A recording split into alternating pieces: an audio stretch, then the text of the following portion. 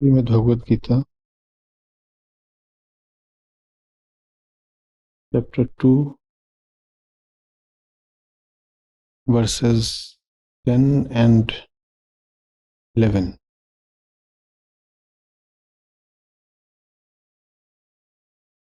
So, before we come to this point, Arjun has drowned himself in self-pity, sorrow,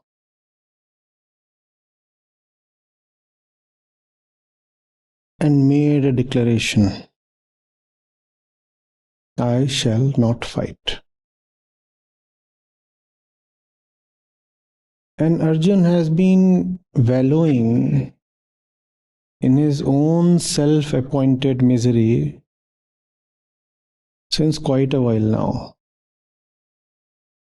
Entire chapter 1, Vishad Yoga, and here we just said we are upon verse 10 of the second chapter.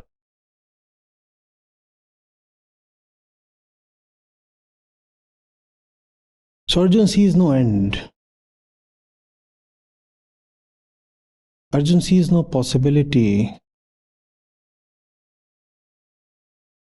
of swimming through or cutting across. He is resigned.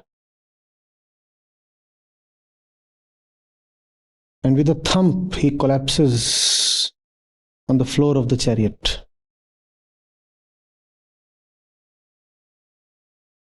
My arms are unable to hold the bow, and my mind is unable to hold its center. I resign. I just do not have it in me at this moment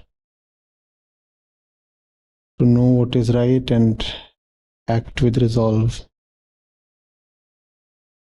So this is the only thing I can possibly do. Collapse in dejection, in total disappointment.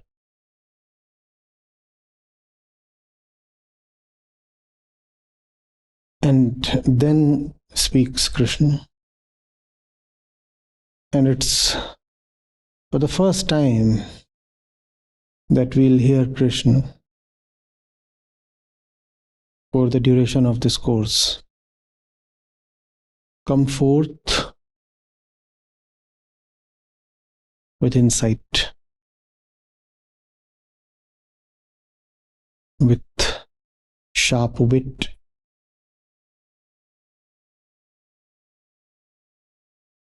the second verse of the day, 11, holds a very, very important teaching.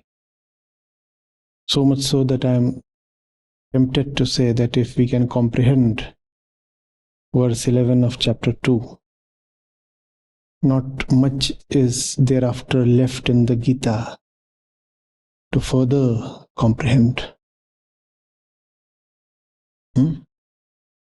So, verse 10 just prepares the stage. It says, Arjun, situated as he was in the middle of the two armies, in his pitiful condition, is now spoken to by Krishna. And he smiles as he speaks the words that are now to come. There's nothing that reveals anything in this particular verse but for the smile. The smile is a symbol of aloofness. Arjun has sorrow, Krishna has smile, a gentle smile, not a raucous laughter or something. A smile that indicates detachment. And that's very important because the gist of Arjun's condition is, come on. Misplaced association. Misplaced because misunderstood.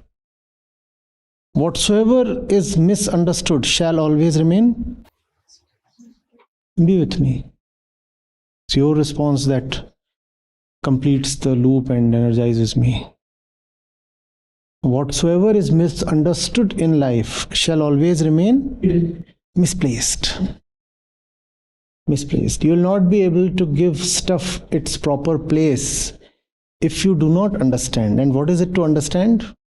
To know who you are and therefore to know what that thing is. There is nothing in your entire field of perception that is absolutely condemnable or fit for absolute rejection, never to be touched at all. It's just that you need to have a proper relationship with objects. That's what Arjun badly lacks here. He does not know what to do with the words of Krishna. He does not know what to do with the memories of the past, and he does not know what to do with his weapons and what to do with all those warriors lined up against him. Getting it? So Krishna smiles. That smile can come only when things are in their proper place. A smile of assurance, a smile of recognition and realization. A smile that says, well, nothing at stake. That which matters has already been taken care of. That which needed to be decided always stood pre-decided.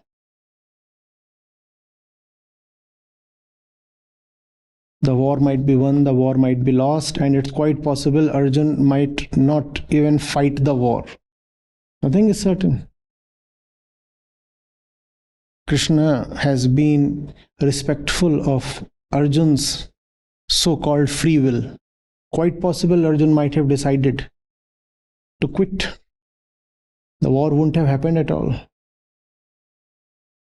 Duryodhan gets a walkover and the throne. Quite possible. Still, Krishna is okay. The smile that says, I'm okay. Events that happen here, they cannot touch the core of something. Obviously, it's important to fight, and I'll counsel with all my advice and insight that Arjun fights. Irrespective of whether Arjun fights, irrespective of what happens of the fight, what comes out of it, I'm okay. That unconditional okayness is the final goal of the entire spiritual process. So if I ask you to give a more classical name to that fundamental unconditional okayness, what would it be? Atma. So that's what Atma is. An unconditional, assured state of mental centeredness. That's Atma.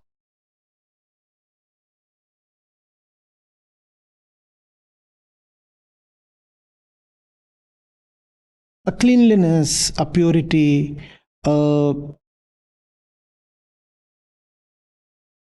fullness, or an absolute vacancy within. That no war, no peace, no this, no that, no victory, no defeat. Nothing can touch, nothing can alter it, nothing can spoil it, nothing can add to it, nothing can reduce it. If you have that, then you can play the game as Krishna does. If you do not have that, then you will be lost and troubled, just like Arjun. That's the difference. There is nothing in Arjun as yet that's not formed of the world.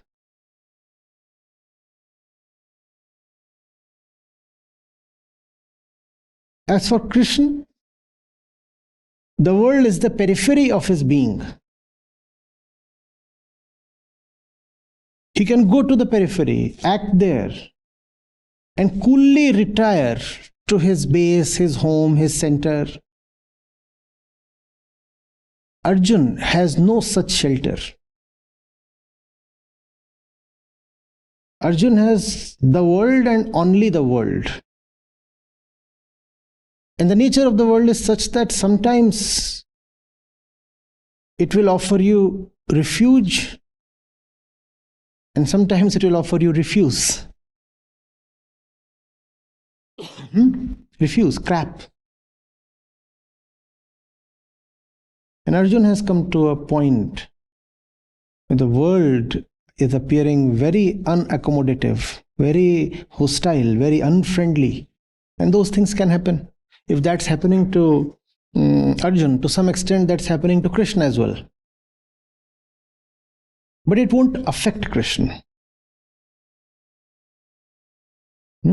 Krishna is perfectly insured within. That's what Arjun lacks.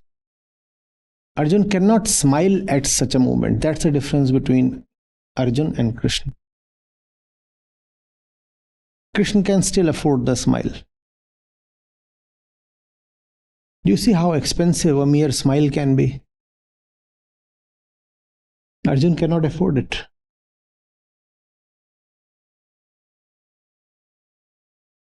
You have to pay for that smile. The price is ignorance. Give up your ignorance as the price, just as you give money to someone for something precious. Similarly, you buy that smile by paying with your ignorance.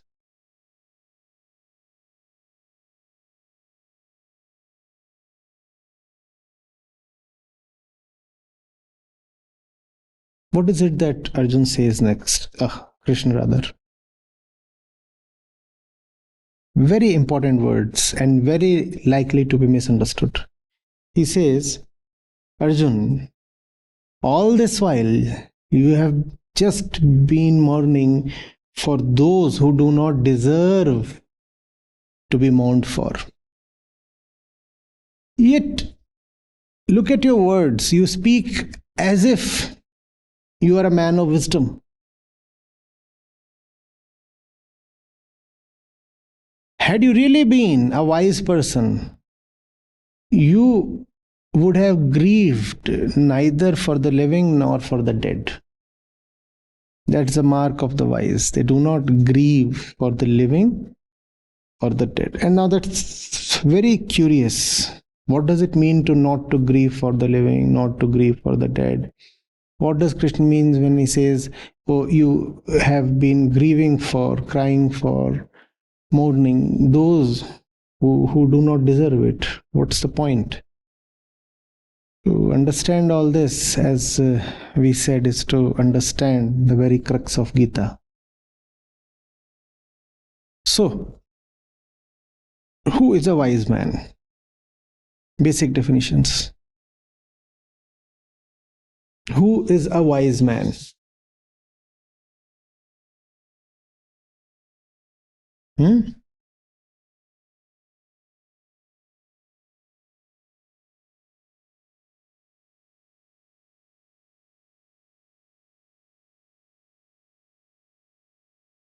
What is the definition of a wise man?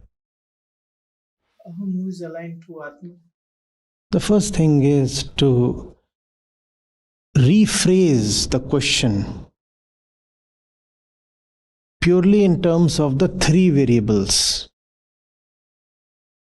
Any question that I ask or life poses has to be reduced to those three variables. Otherwise, you will never get the right answer. In the beginning is the end.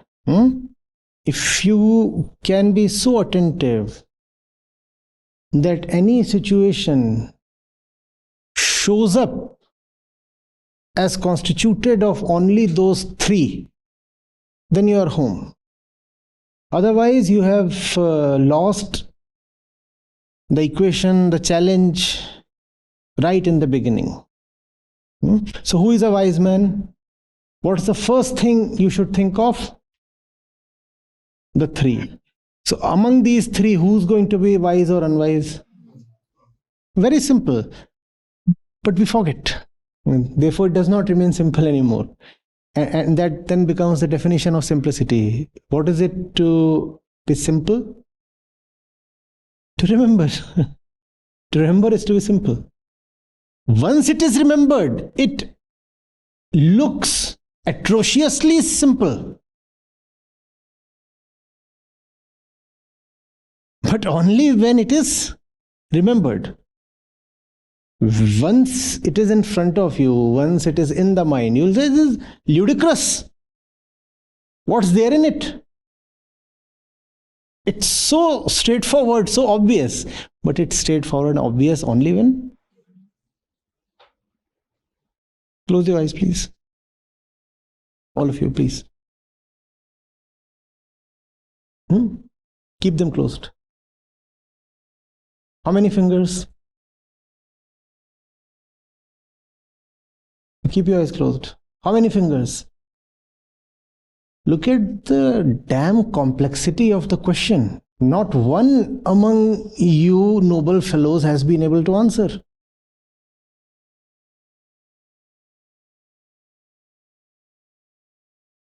More complex than the JEE paper. Beats the rigor of rocket science. How many fingers?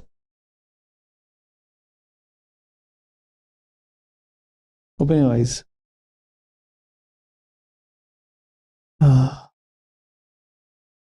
Ridiculous. Just two. Just two. And you still couldn't answer it. It's so easy, obviously, but only when you see. That's the definition of simplicity. The simple man just simply sees.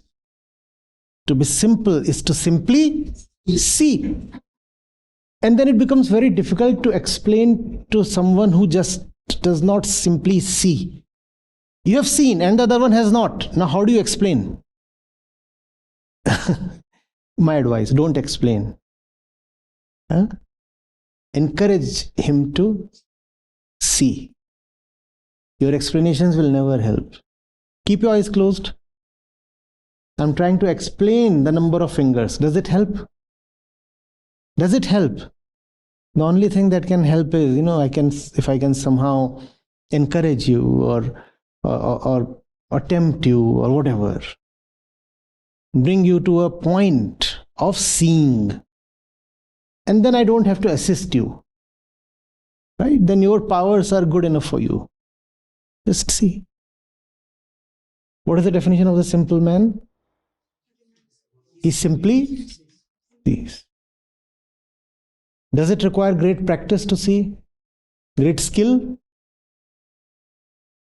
Great distinction? Qualification? What does it require? The absence of a stubborn refusal to open your eyes. Why do people not see? Do they lack eyes? No. Rather, they have something additional to the eyes, over and above the eyes. What is that? A certain stubbornness. I do have eyes, but I also have eyelids. I have something additional, over and above. I have eyes and I have eyelids. And I'm so stubborn. I'll use the eyelids to block the eyes. Who is a simple man who does not misuse his eyelids? The eyelids are meant to wash the eyes, not block the eyes. Are you getting it? Do you train a kid's eyes to see? Now, seeing is that natural. You don't train a fish to swim. You don't train a kid to see. Seeing is as natural as breathing is to the organism. It just happens. That's the thing with entire spiritual realization. You cannot be trained for it. It just happens. Realization is to the mind what breathing is to the lungs. Natural.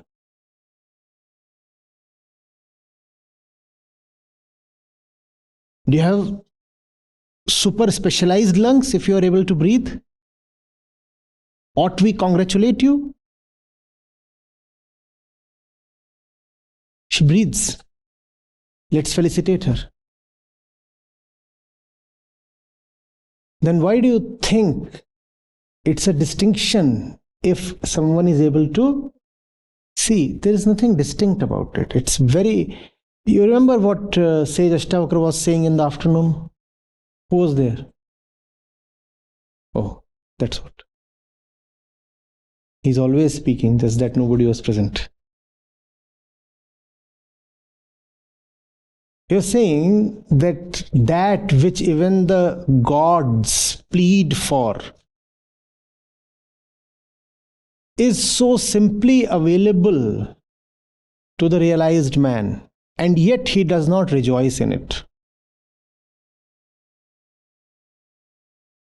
The gods want it and yet do not get it. He said all the devatas, gods like Indra, etc., even they do not have what the liberated man has. The liberated person, not man, woman, anything.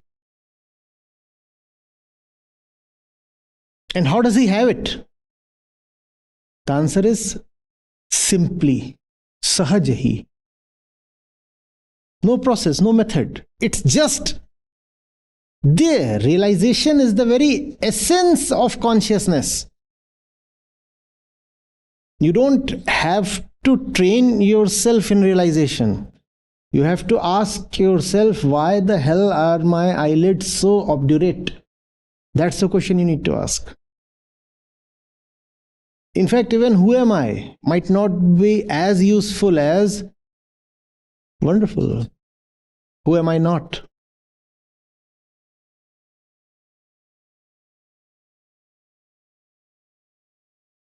Your task is not to stuff up, but to clean up. But if you are stuffed up, the tendency is to further stuff up. So you have to go against the tendency.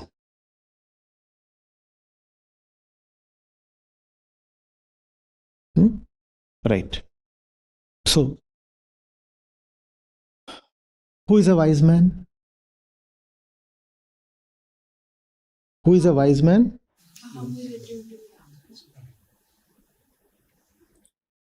Aham in love with Atma is wisdom.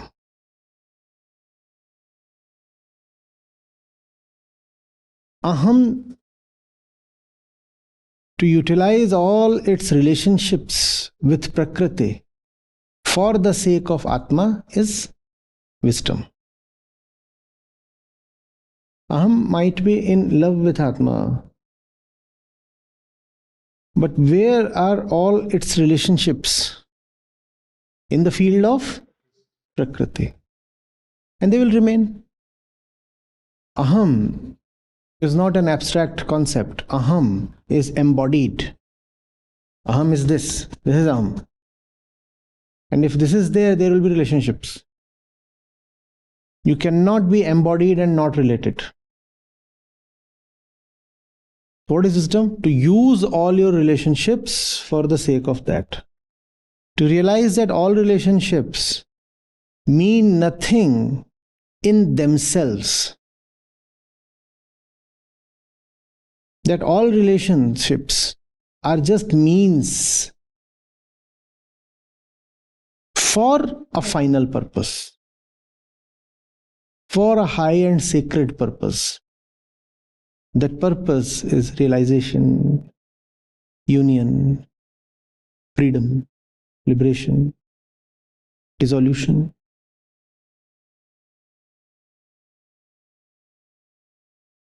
Pick your favorite word.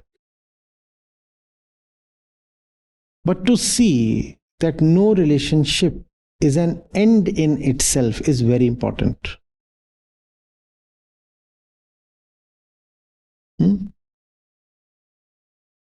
So what is it that aham must rejoice in, and who is it that aham must grieve for? If that's the only relationship that must matter to the ego, if it has to grieve, what must it grieve for?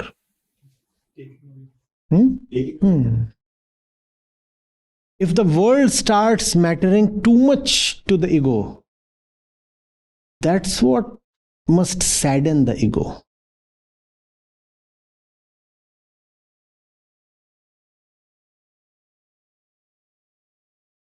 Instead,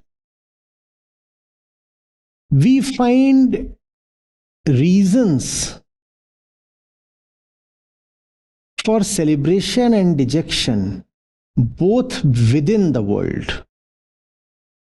We say there is something in the world which, if attained, is a matter of celebration, and there are other things in the world which, if occur, are a matter of grief. That's not wisdom. Wisdom is to say, if I lean to the left, I celebrate. And if I find myself tempted to the right, then I grieve. What is at the left? Aham, Atma, truth. What is to the right?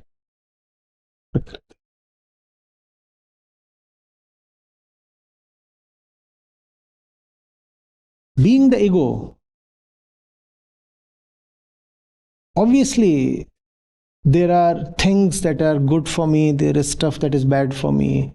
I can even say there do exist positives and negatives. There is something that I want to feel satisfied about. There is something that I want to feel worried about.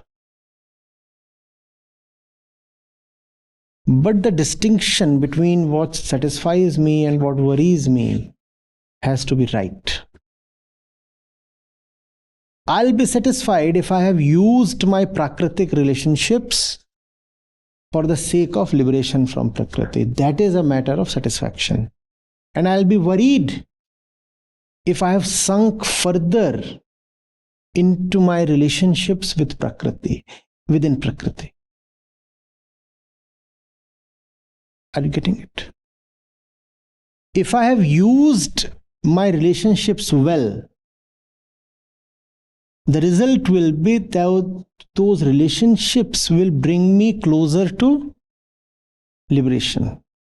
If I'm using my relationships well, I'll be gaining progressive freedom from those relationships. And I'll rejoice. And one mark that I do not understand myself or Prakriti is that I will be misusing my relationships. I'll be sinking into them.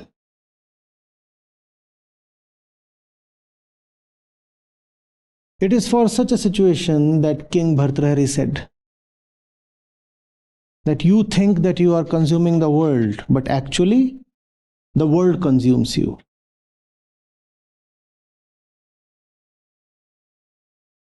Does the wise man have no relationships? No, he does have relationships. The wise man and the unwise man, they have something in common. They both remain related to the world. Then where does wisdom lie? How is the wise one different from the unwise one? The wise one knows that all relationships are for the sake of liberation. The unwise one thinks that the relationship exists for its own sake.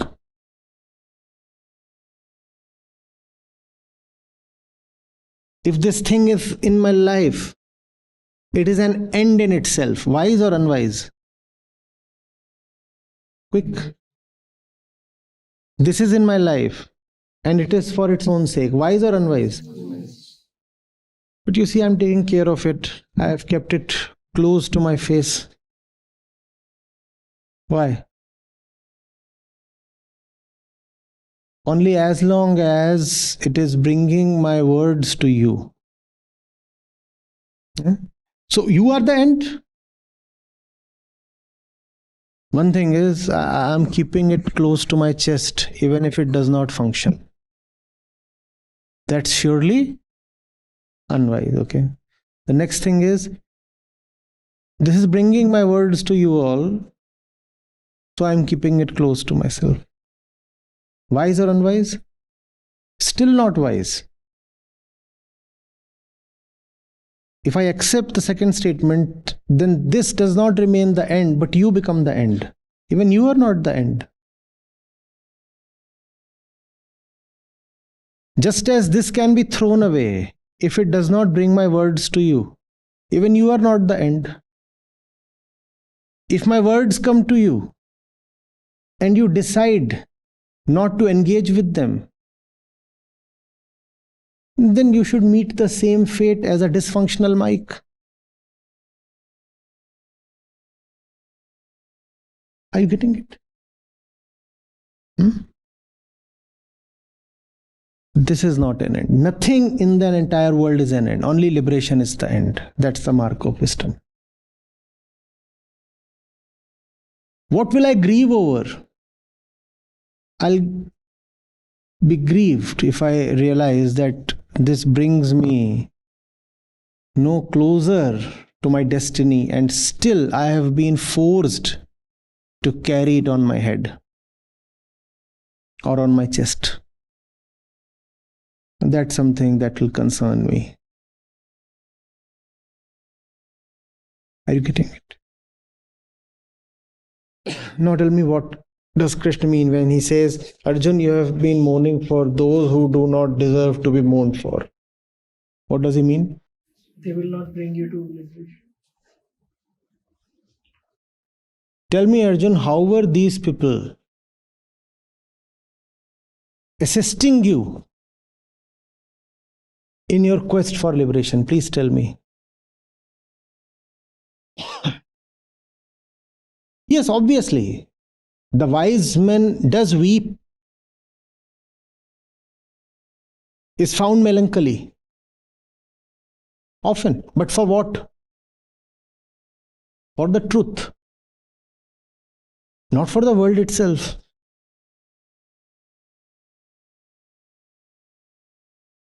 And even if the wise man is sad for another person, his statement of sadness will be, I am sad that this person has no love for the truth. I am sad that this person is not at all moving towards the truth. Are you getting it? So even in his sadness, there shines love for the truth. He will be impatient, yes. Can he be angry? Yes. Can he be envious? Even that is possible. But at the center of all this would remain the truth. He's present in the domain of Prakriti like anybody else. Any embodied being, he too is present there. So all those relationships are there, everything is there. But at the center remains the truth. Now tell me, please, Arjun, was truth at the center of your relationship with those people that you grieve so much for?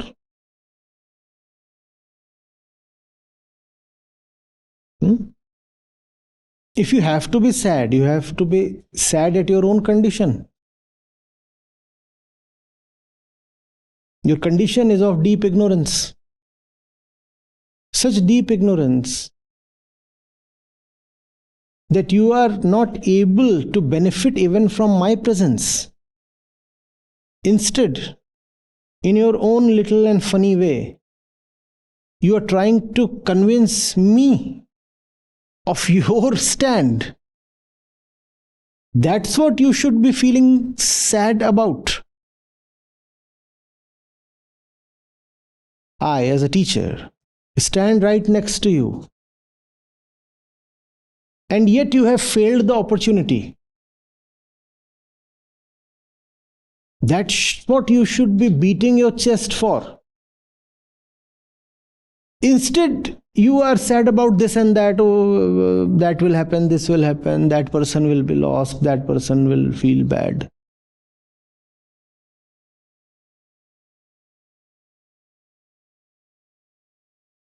It's like your house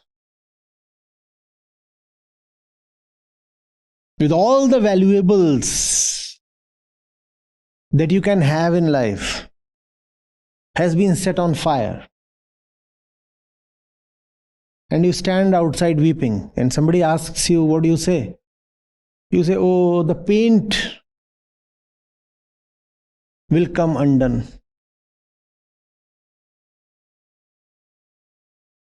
The problem is not that you are weeping. The problem is that you are weeping for something so petty. The problem is that you are so stupid that you do not even know what you have really lost out on.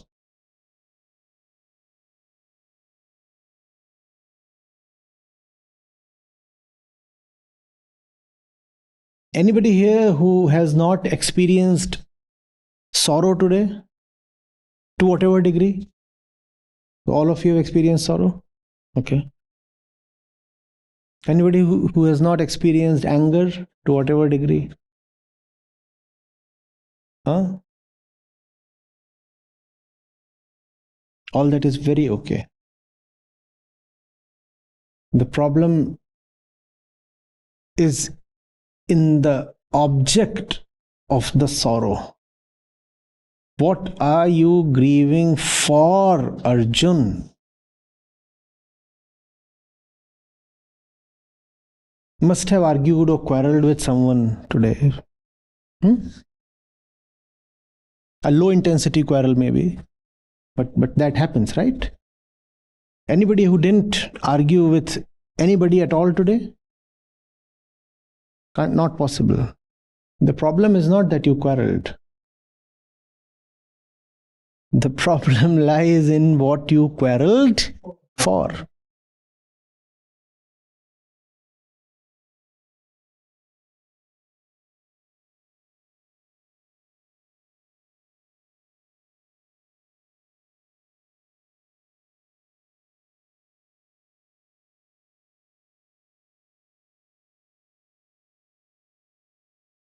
Missing something? Missing someone?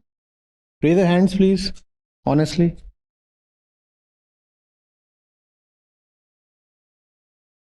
Front bench, last bench. The movement to, yeah, good. Problem does not lie in being forlorn or feeling empty, missing something, somebody. The statement of problem is, what is it that I am missing? The path of bhakti, devotion, is so much about just missing constantly. Missing or virah or viyog becomes a virtue there. The saints are constantly peeved by their separation. Oh, I'm missing you. When will you come to me? Now that you have come to me, why are our meeting hours so limited? What does this remind you of? Which one? I'm missing you so much, and you have come only for a couple of hours and the day is about to break. What are you missing? Does Krishna say here it's a bad thing, immoral thing to feel sad and grieve someone? Does he say this? What is it that he exactly says? Who does not deserve. That's what. Everything is all right in its proper place. Nothing is prohibited.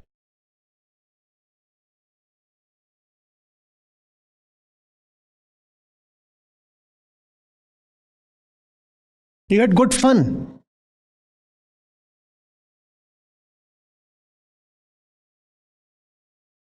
Does that indict you? Must you be scolded for just that? But if you find a Krishna scolding you for having fun, what's the probable reason?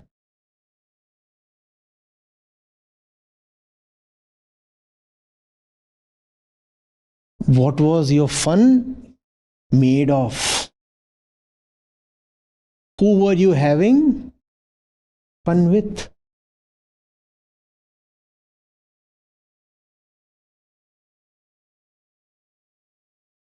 He would say the same thing. Oh Arjun, you are having fun with those who do not deserve. Spirituality does not teach you to not to have fun, and it does not teach you to not to shed tears. Shed tears for the right reason. Have fun with the right person. That's really inviting, no? Fun that liberates. Fun that liberates. That could be a byline for the last 2 SS sessions of the month.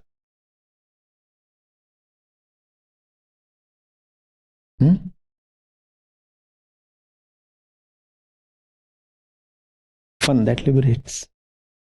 So the problem is not that you let your hair down and had fun on the beach or whatever.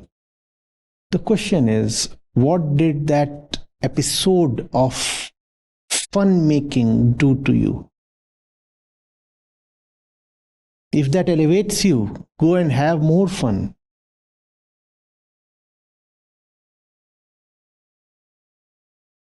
What is it doing to you? That's what matters.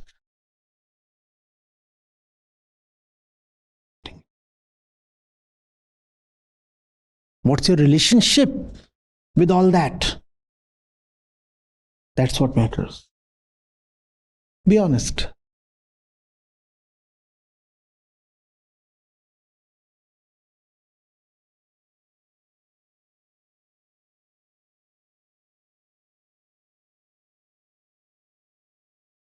For most of us, the world or relationships are similar to the ones that we have with fast food.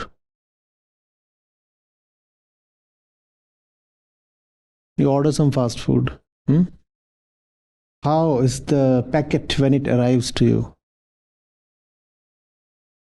Neat, tempting, colorful. Everything in place, right? And then is a relationship of consumption. 30 minutes later, what's the state of the consumed object? How does it look? The whole thing. Messy.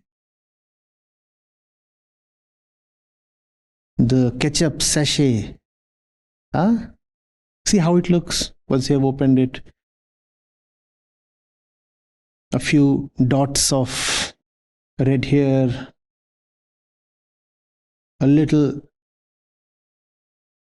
oregano sprinkled there.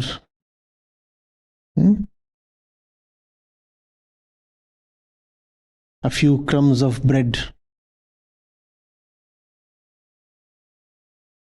left from the ravaged piece. Can you visualize? So that's what has happened to the object of consumption. And what has that consumption done to the subject?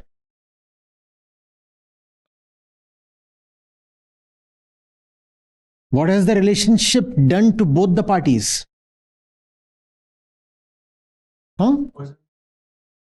Worsened them, right? Yes.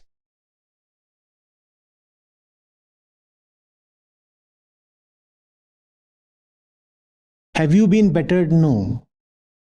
You have been dragged down. That's the problem. Has the burger been bettered? No. It stands ravaged. Even the burger might have had some possibility in life. That possibility is gone.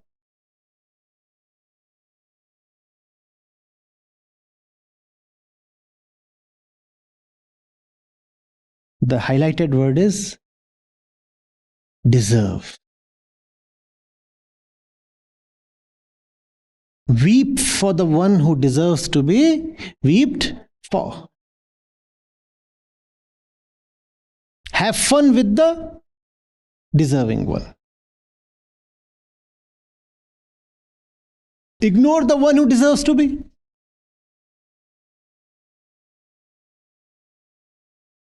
And fight with the one who deserves to be. What against? Deserved. Figure out what is it that the different objects in Prakriti deserve for themselves. And what will be the criteria that will decide the deservedness? Whether it elevates you or... Wonderful. The criteria is liberation. Something will lead you to liberation if you fight against it. So does Prakriti assist you or not? But all objects lead you to liberation in their own respective ways. And you should know that way. That's wisdom.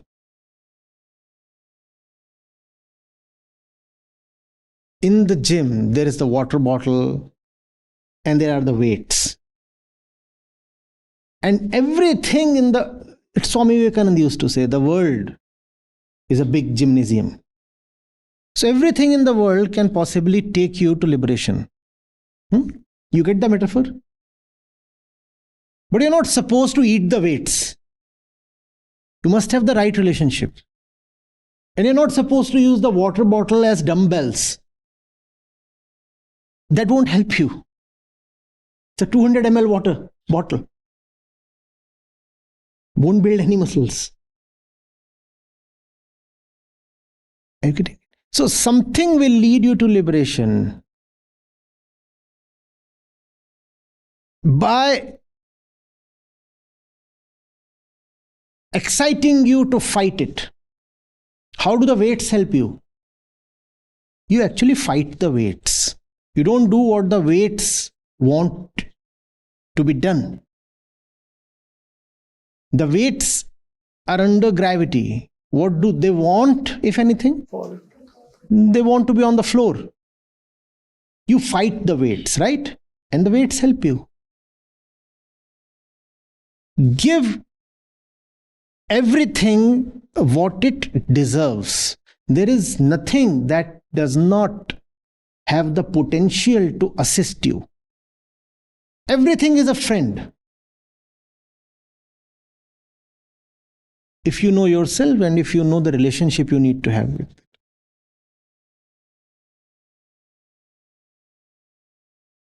Even ignoring something is a form of relationship. Something will assist you through the process of Upeksha.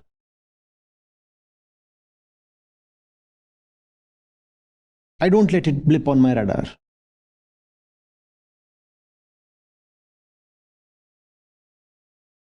Something assists you.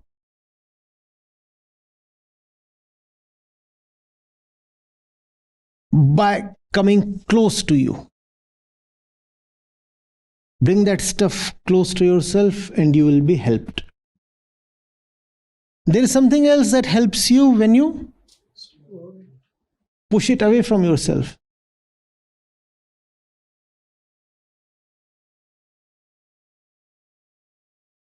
How does the chest press help you?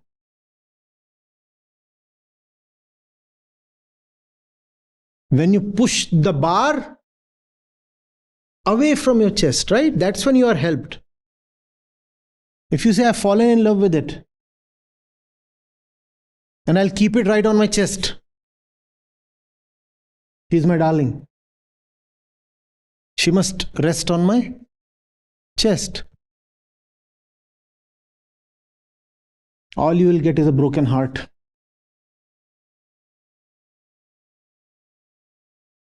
Instead, you are helped when you... And she does not want to go away. She has gravity on her side. She wants to come right to your chest, and your job is to... I'll do exactly opposite of what You want. And that's when you will be a friend to me. Is the bar, are the weights a friend or not? Depends on your relationship with them. You can use the bar to break your head. Or you can use the bar to build your muscles.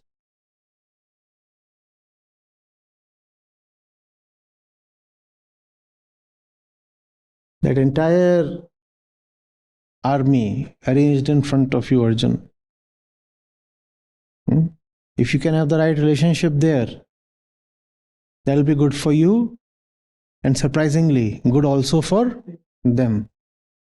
Instead, if you have a relationship of illusion and attachment, it's going to be bad for both the sides. And that's another rule of life. If it's bad for you, it's bad for the other party as well. We want to believe otherwise. We want to think in terms of zero-sum relationships.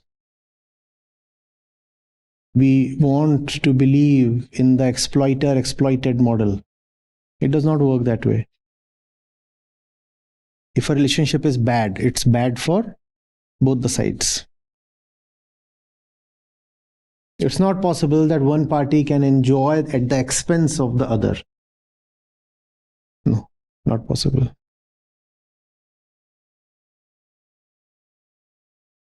Jaka gala tum kaate ho. Temporally, it might appear that one party has gained at the expense of the other. But that's a temporal illusion. Soon you will discover that in hurting or harming the other, you too have gone down.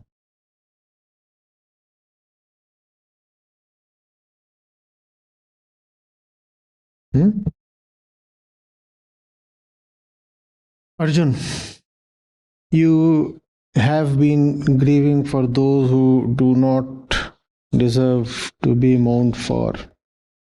Yet you speak as if you are a wise one. This is not wisdom. Wisdom lies in seeing that the entire field of Prakriti is just one.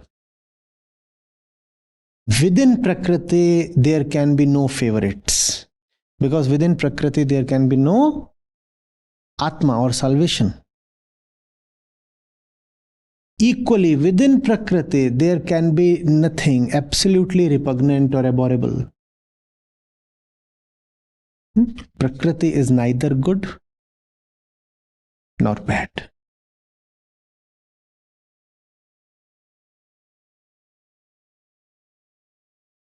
Goodness lies in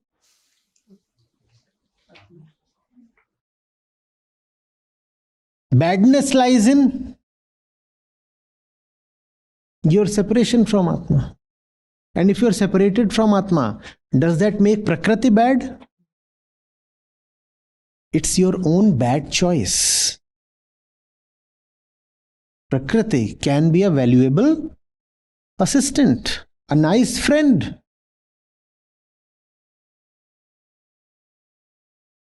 That's what makes life beautiful. When you can have healthy relationships with the world. But you can have healthy relationships with the world only when your fundamental relationship is with. The problem is when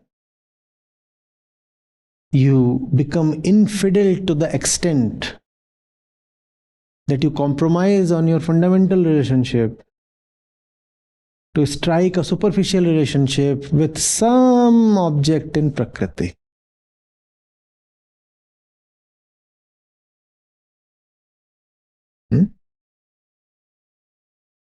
Atma is your home, Prakriti is your playground. Simple. If things are not good at home, will you feel free on the playground or relaxed on the playground? Will that happen? No.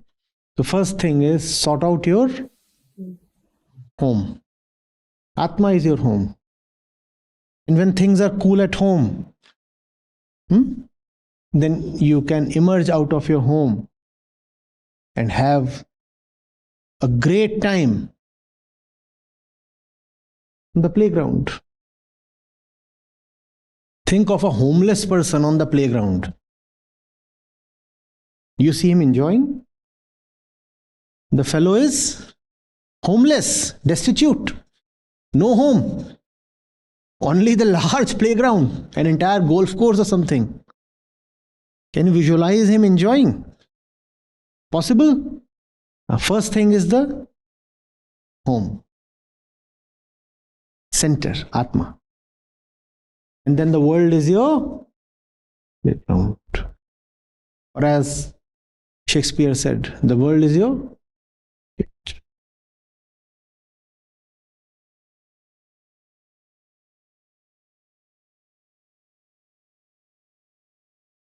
The wise grieve neither for the living nor for the dead.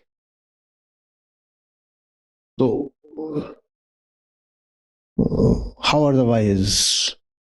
Cruel, insensitive, emotionless, hard.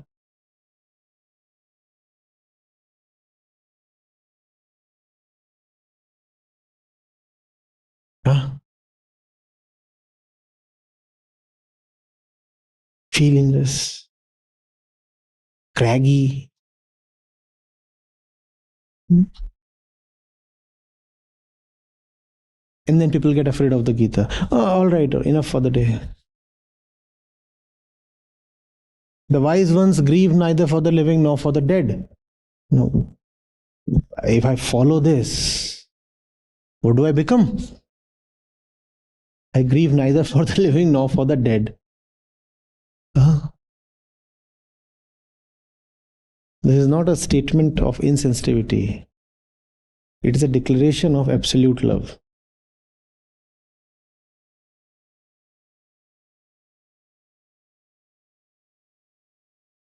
Just that the part on love is unwritten and silent. How can I grieve for this or that? I'm in love. I'm in love with the real thing. If I grieve, it is for that.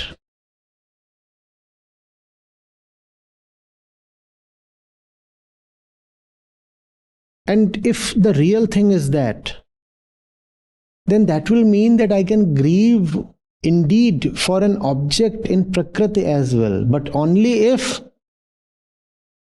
and only because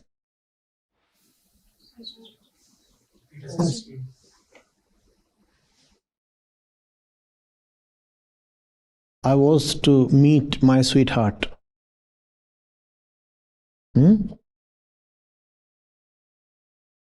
11th hour, my bike broke down.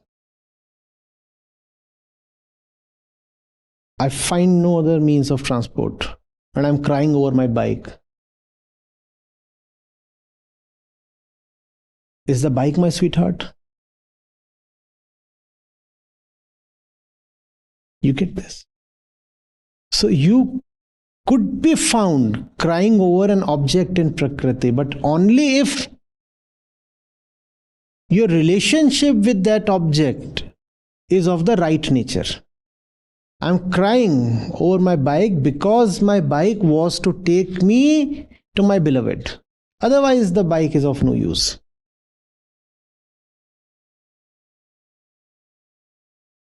The bike in itself means nothing. It's neither good nor bad. And I'll celebrate. Another day, I might be found celebrating the loss of my bike if somehow that loss enables my union with my darling. Then I'll celebrate the loss of that same bike. Has the bike turned a villain overnight? What has happened? Nothing. The bike was just a medium. Let everything in Prakriti just be a medium. Remember your love. All else is just a medium. Prakriti can be a wonderful mediator.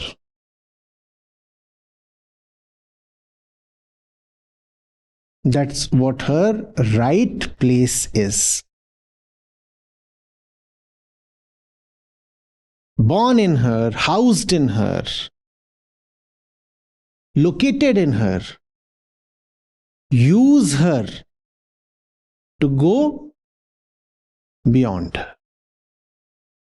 And you cannot go beyond her if you do not know how to use her. Learn to use her rightly. That's the right relationship. And now you know why the spiritual man has often been found very unreliable and untrustworthy by the world. Because the world wants itself to be the end of your relationship, right? And you are telling the world, no, you are not the end. You exist just to be used. And the world says, what indignity? I feel so used. And the wise one says, but that's what your place is. You exist to be used. Your problem is not that I used you. Your problem is that you assumed that you can be something or somebody beyond usage. How presumptuous! You thought you could be an end? You thought you could be the destination? That's what your problem is. So your problem lies in your own assumption. No, you exist to be used. I exist to be used. I've been constantly saying, use me. You exist to be. This exists to be.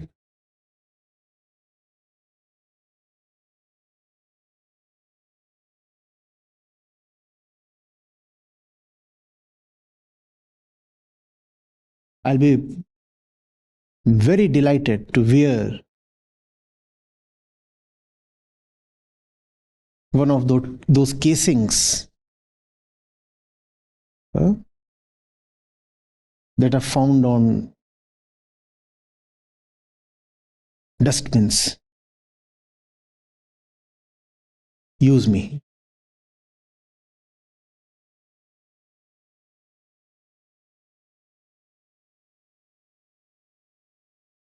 Use me. What else?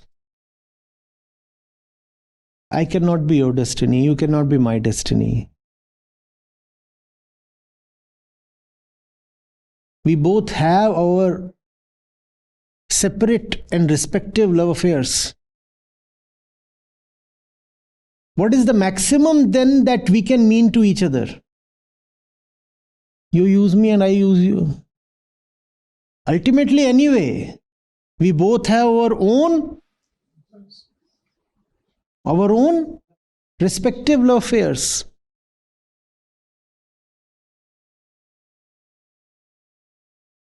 You cannot be my beloved, I cannot be your beloved. You are in love with that, I'm in love with that.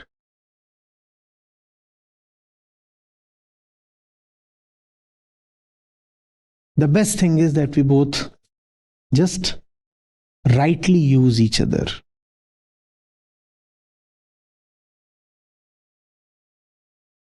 That's wisdom. That's also love.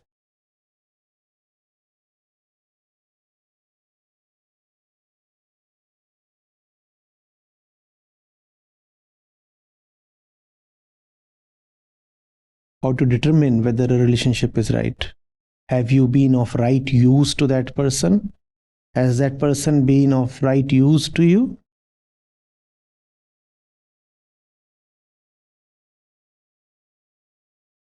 How to know that you have a lover? Somebody is proving useful to you.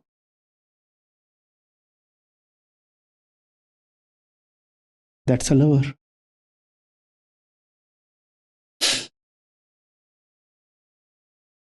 Acknowledge you may not, but that's a veritable lover. The condition is met. The name might be withheld, and that does not matter. If someone is of use to you, that's what love is.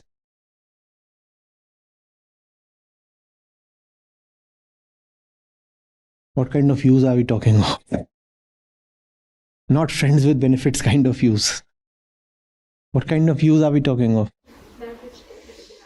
That use. That one particular central distinct use, no other use.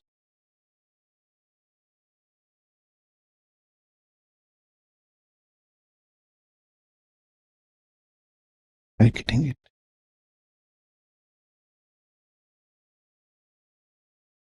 If you want to weep for your relatives, Arjun, convince me they were taking you to liberation.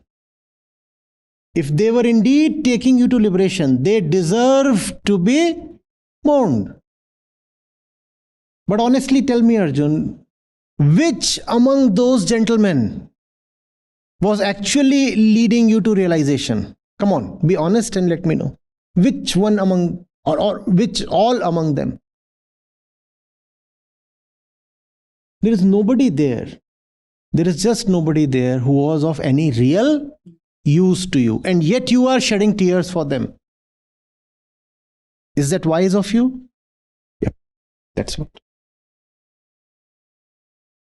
This is what is called nirmamta. The world is terrified of this approach. The world takes this as cruelty, insensitivity.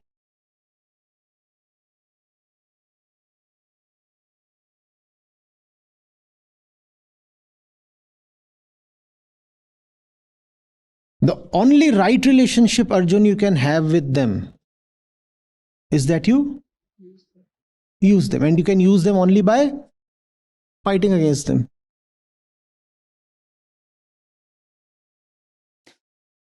Be just to them by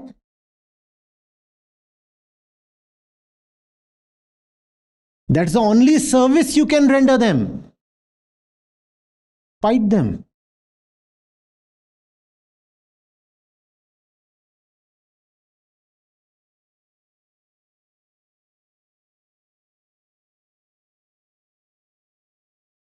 I'm being good to you. I'm shooting at you. Because that's the only right relationship possible between the two of us. So this is dharma. To have the right relationship with whatever. With you. Dharma demands that the right relationship has to be of war. So this is a dharmic act. I'll take off your head. That's my love for you.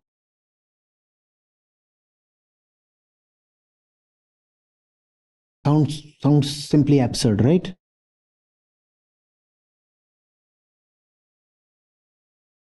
Poor Arjun. Think of his condition. For you, it's just a case study. For him, it was brothers and relatives in flesh and blood.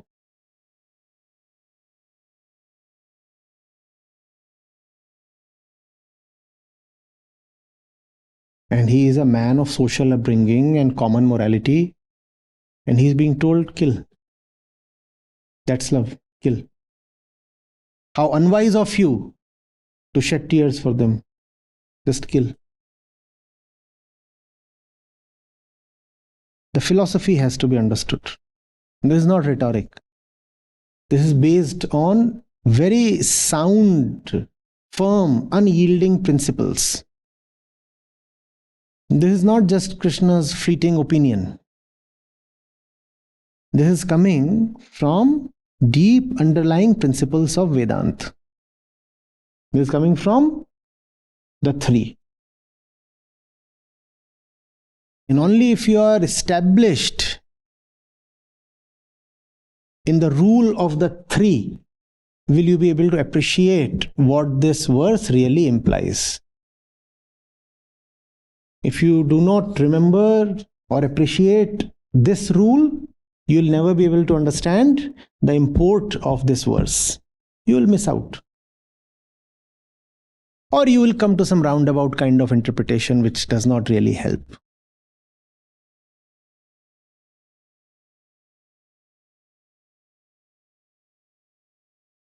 If you want to be helped, you have to hit the bullseye.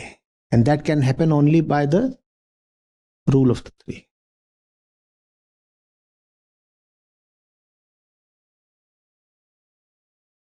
Getting it? Okay. The wise man will never be found weeping. Yes, no? Quick. No. Okay. If he is found weeping and is indeed wise, what's the likely reason? But then Atma is not an object. So Atma does not really exist in the sense of objects. If the wise man is found weeping, what is he possibly weeping for? Not able to use the world.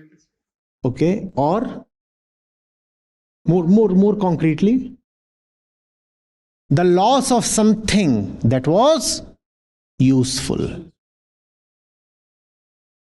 The loss of something that was useful.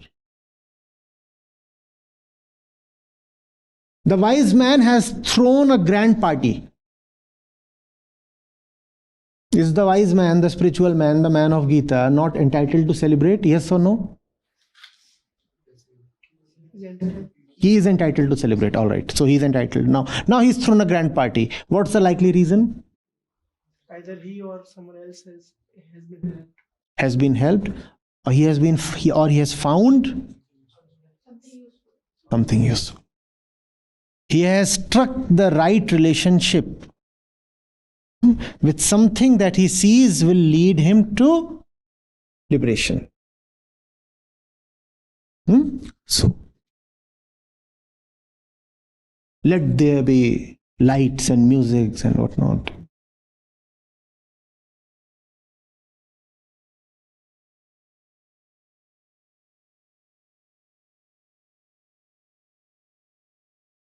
Is a wise man never found anxious? He might be found anxious. If he is indeed anxious, what's the likely reason?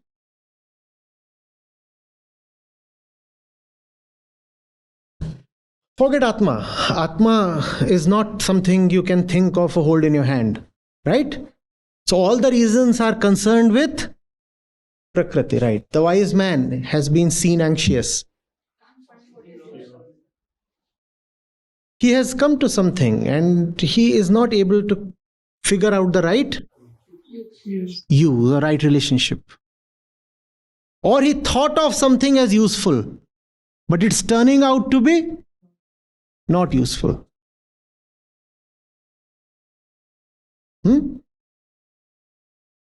Is the wise man never found hopeful?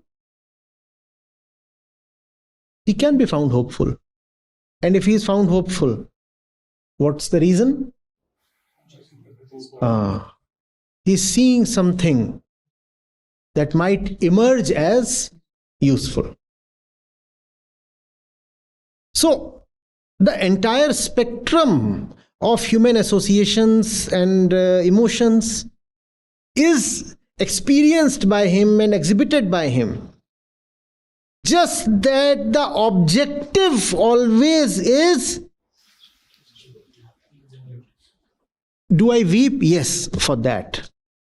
Do I laugh? Yes, for that.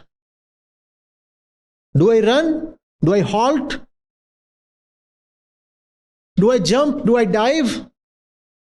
I do everything that anybody else does. The difference does not lie in the action. All the actions that are displayed by the common public are displayed by the wise man as well. The difference lies in the center, in the actor.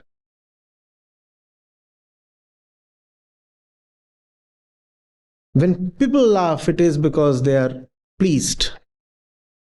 When the wise one laughs, it is because he has seen.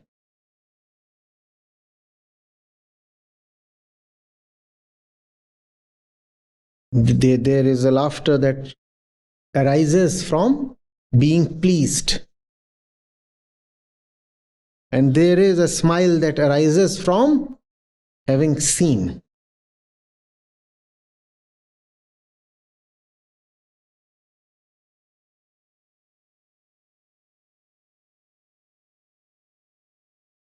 There is a satisfaction that arises from consuming something. There is a satisfaction that arises from liberating someone, of being used to someone.